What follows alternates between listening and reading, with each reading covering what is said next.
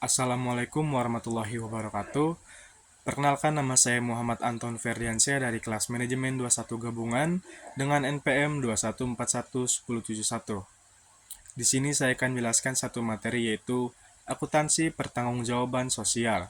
Pengertian dari akuntansi pertanggungjawaban sosial merupakan suatu sistem yang disusun sedemikian rupa sesuai dengan sifat dan kegiatan perusahaan dengan tujuan agar masing-masing unit organisasi dapat mempertanggungjawabkan hasil kegiatan unit yang berada di bawah pengawasannya.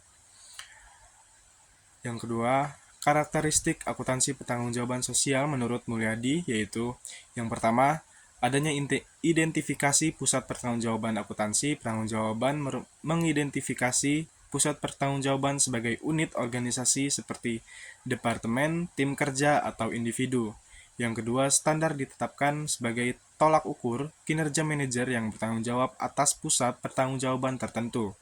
Dan yang ketiga, kinerja manajer diukur dengan membandingkan realisasi dengan anggaran. Yang terakhir, keempat, manajer secara individual diberi penghargaan atau hukuman berdasarkan kebijakan manajemen yang lebih tinggi. Selanjutnya terdapat tujuan akuntansi sosial. Tujuan akuntansi sosial menurut Hendrickson adalah untuk memberikan informasi yang memungkinkan pengaruh kegiatan perusahaan-perusahaan terhadap masyarakat dapat dievaluasi. Tujuan akuntansi sosial menurut Ramanthan antara lain yang pertama, mengidentifikasi dan mengukur kontribusi sosial neto periodik suatu perusahaan.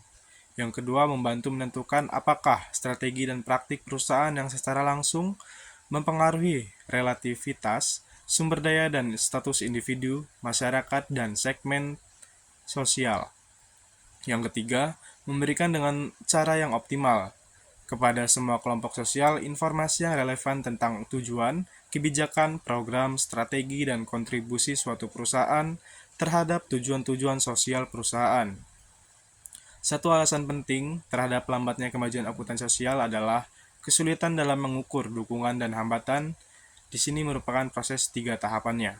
Yang pertama, menetapkan apa saja biaya dan manfaat sosial, mencoba menjumlahkan semua item-item pertanyaan yang relevan, dan yang ketiga, menetapkan nilai dolar pada jumlah terakhir.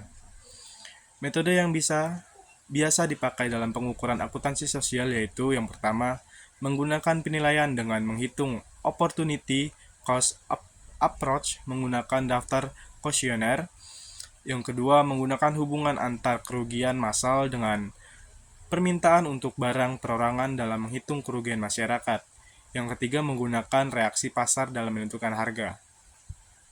Praktik pelaporan akuntansi sosial yang terdiri dari yang pertama, pradik yang sederhana, yaitu laporan terdiri dari uraian akuntansi sosial yang tidak disertai dengan data kuantitatif, baik satuan uang maupun satuan yang lainnya.